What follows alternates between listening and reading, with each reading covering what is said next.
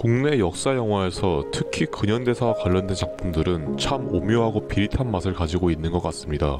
일제시대에는 자주독립의 실패, 그 이후에 민족 이념 간의 내분으로 인한 전쟁, 그리고 군사반란, 말 그대로 대한민국의 근현대사는 아픔이 많은 시기라고 말할 수 있습니다. 그렇기 때문에 국내에서 근현대사를 다룬 작품들은 대부분은 특유의 한이 느껴지는 것 같습니다. 남산의 부장들, 님은 먼 곳에, 심지어 어느 정도 웃음 포인트가 담긴 변호인이나 택시 운전사 등도 마냥 웃으면서 보기는 힘들죠. 그리고 김성수 감독이 있습니다. 90년대 비트와 태양을 없다로 일약 스타덤에 올랐지만 연달은 흥행 실패로 공백기를 가진 후 스타일의 변화를 꾀하며 다시금 흥행 감독으로 명성을 날리고 있죠. 서울의 봄은 그리고 그런 김성수 감독의 변화된 스타일, 그 절제미와 잔혹한 서사, 차가운 연출이 돋보인 매우 훌륭한 오락영화라고 할 수 있습니다. 그럼 지금부터 서울의 봄 리뷰를 시작하겠습니다.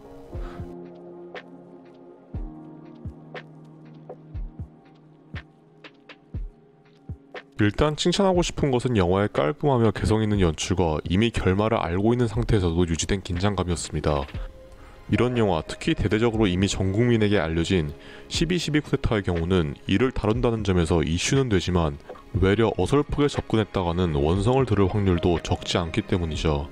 하지만 서울의 봄은 선과 악의 대립을 분명하게 그려내면서 이 비극적인 사태가 어떻게 성공했는지 그 핵심을 수뇌부의 무능에서 찾는 일종의 자기 비판적인 자세를 갖추고 있기에 훌륭하다고 할 수 있습니다.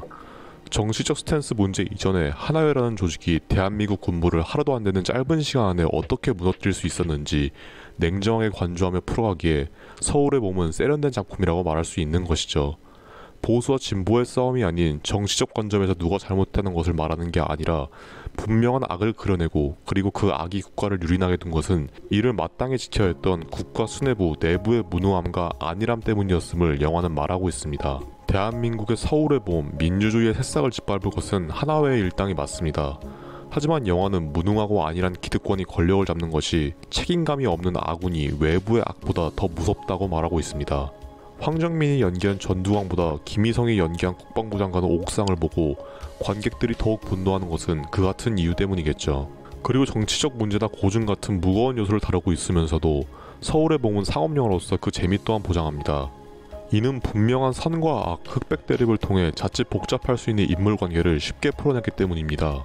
개인적으로 영화의 중후반부터 인물이 늘어남에도 하나회에 속한 인물인지 아닌지에 따라 행동 구분이 명확히 돼 상황을 파악하는데 어려움이 없었습니다. 나중에 가서는 오히려 새롭게 인물이 등장하면 하나회에 속한 인물인지 아닌지 헷갈리는 긴장감이 더 컸죠. 여담이지만 서울의 봄에서 비롯되는 이런 긴장감을 느끼면서 마블 드라마 중 시크릿 인베이전이 떠올랐는데요.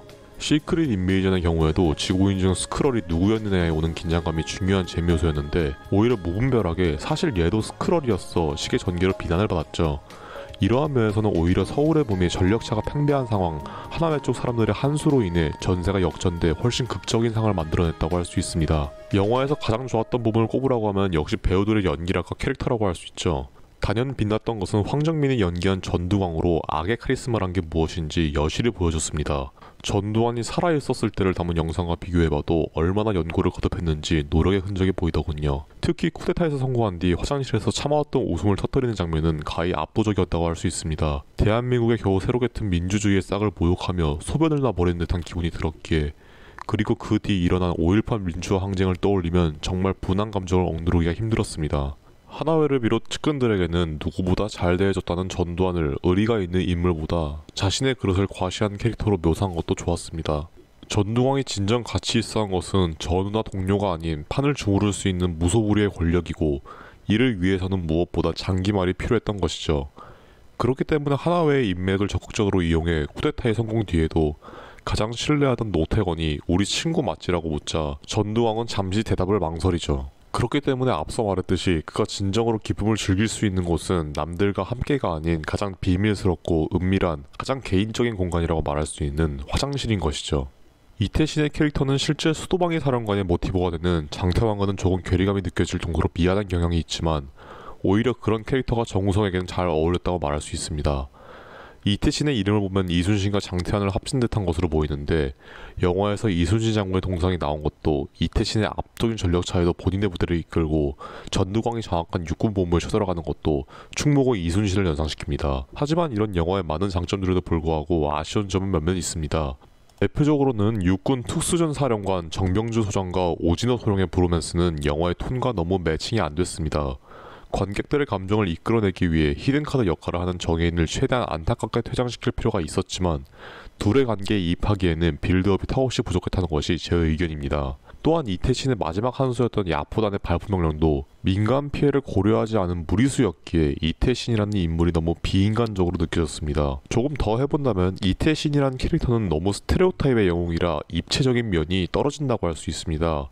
이 같은 점은 전두광이 보여준 나약함, 비열함, 카리스마 등과 비교하면 다채로움이 떨어진다고 할 수 있죠. 그러나 이런 사소한 점을 제외하고 서울의 봄은 정말 재밌는 영화라고 할 수 있습니다. 아마 2023년을 마무리 짓는 마지막 1000만 관객이 동원될 영화가 아닐까 싶네요. 오랜만에 돌아온 문화식구 리뷰는 여기서 마치겠습니다. 긴 리뷰 들어주셔서 감사합니다. 다음에 뵙겠습니다.